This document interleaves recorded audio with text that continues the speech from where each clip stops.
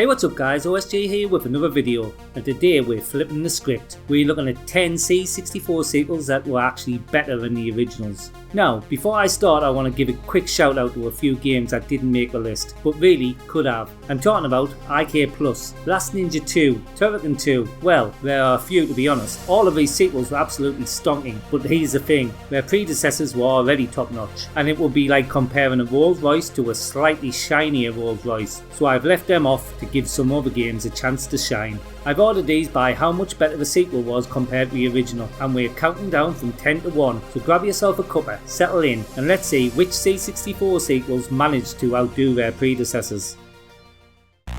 Starting off in number 10, we've got Kickstart II, the construction set. Now, the original Kickstart wasn't too shabby. It was a decent little motocross game that had us bouncing over obstacles like a kangaroo on a pogo stick. But then we got Kickstart II, and it took the formula to a whole new level. Mastertronic added a track editor to let us create our own devious courses. It was like being given the keys to the Wacky Racer's garage. The graphics were sharper, the gameplay was smoother, and the ability to design your own tracks, pure gold, mate.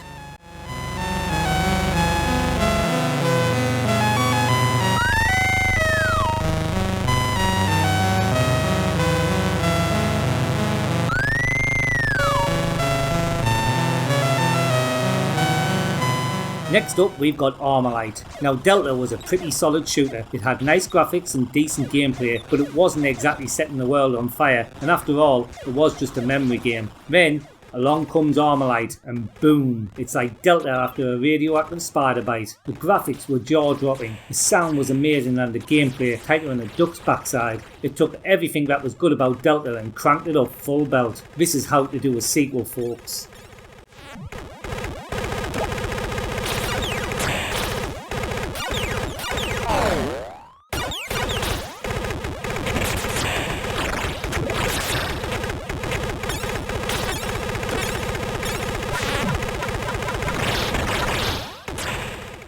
At number 8, we've got Fire King. Now, Demon Stalkers was a decent enough dungeon crawler. It was like Gauntlet's slightly awkward cousin. Fun at parties, but not the first one you'd invite.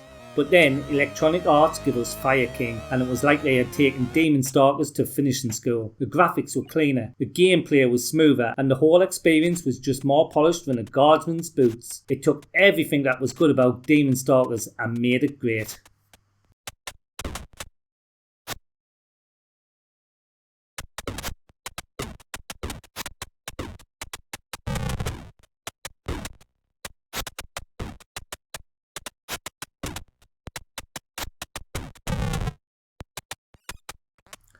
Lucky number 7 is It's Magic 2. Now, the original It's Magic was a solid platformer. It was nothing to write home about, but a decent way to waste an afternoon.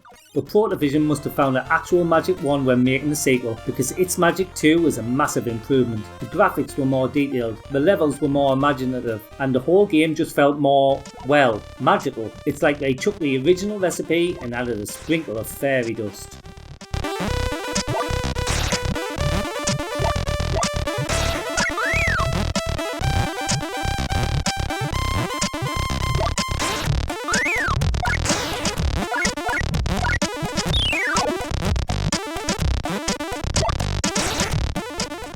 Zooming into 6th place, we have Pit Stop 2. Now, the original Pit Stop was a decent racing game. It was like a good cup of tea, satisfying but nothing to write home about. But Pit Stop 2, it was like someone had swapped a cup of tea for a full English breakfast. Epix added split screen multiplayer, more strategic pit stops and better graphics. It was faster, more challenging and way more fun. This is the kind of sequel that makes you wonder how you ever enjoyed the original.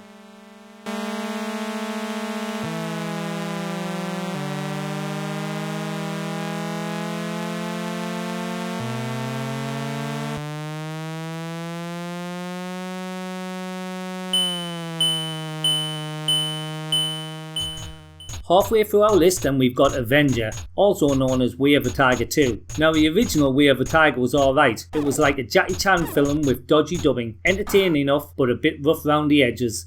But Avenger, it was like they'd given that Jackie Chan film a Hollywood budget. Gremlin graphics completely changed the genre of the game, making it more like an adventure game. It had brilliant graphics, and as I've said, they added more variety to the gameplay. It took everything that was good about the original and polished it until it shone brighter than Mr. Miyagi's bald head.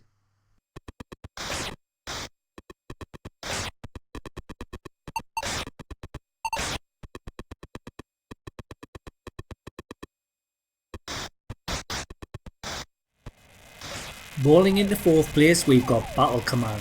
The original Carrier Command put you in control of an aircraft carrier. You deploy planes and take out the targets, but all in a 2D world. It was okay but not great. A decent attempt at blending strategy and action, but didn't quite hit the mark.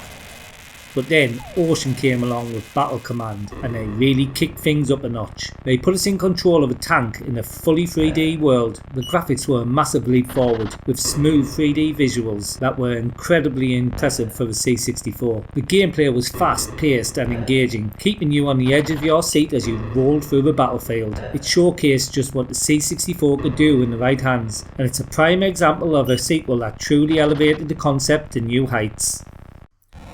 Running rubber into 3rd place, we've got Crazy Cars 3. Now Crazy Cars 2 was about as exciting as a mobility scooter race. It was slow, clunky and about as crazy as a chartered accountant's lunch break. But Crazy Cars 3 is like Titus found a nitro button. The graphics were massively improved, the sense of speed was actually there, and the gameplay was tighter than a gnat's chuff. It actually lived up to the crazy in its name, unlike its predecessor. This is how you turn a dud into a diamond.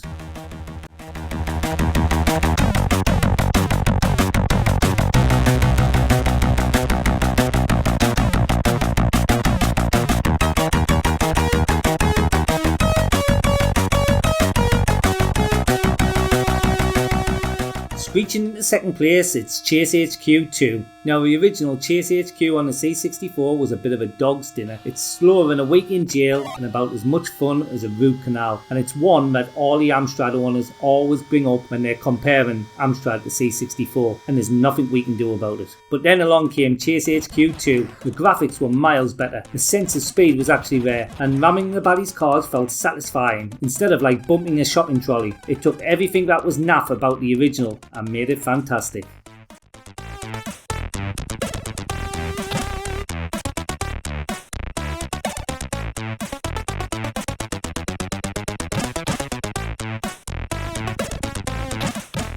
And finally, in 1st place, the creme de la crop, we have Double Dragon 2, The Revenge. Now the original Double Dragon was one of the first games I ever bought, and it was about as much fun as a punch in the face, which ironically is what the game is about. But then we got Double Dragon 2. It's like Virgin Mastertronic looked at the original and said, right, let's do this properly. The graphics were massively improved, the controls actually worked, and the 2-player mode was an absolute blast. It went from being a game you would avoid like the plague to one you'd rush home to play. This, my friends, is how you turn a sow's ear into a silk purse.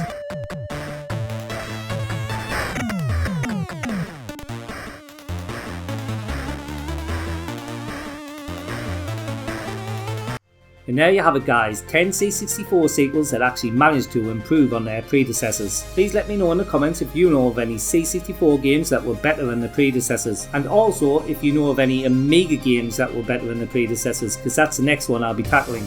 Please remember to drop this video a like and subscribe to my channel for more great retro content. Oh, and if you would like to become a Patreon like these folks going up the screen right now, get on over to my Patreon channel where you can pledge for as little as $1. That will get your name in the end credits, video requests, giveaways and more in the future. Till next time, this is OSG signing out.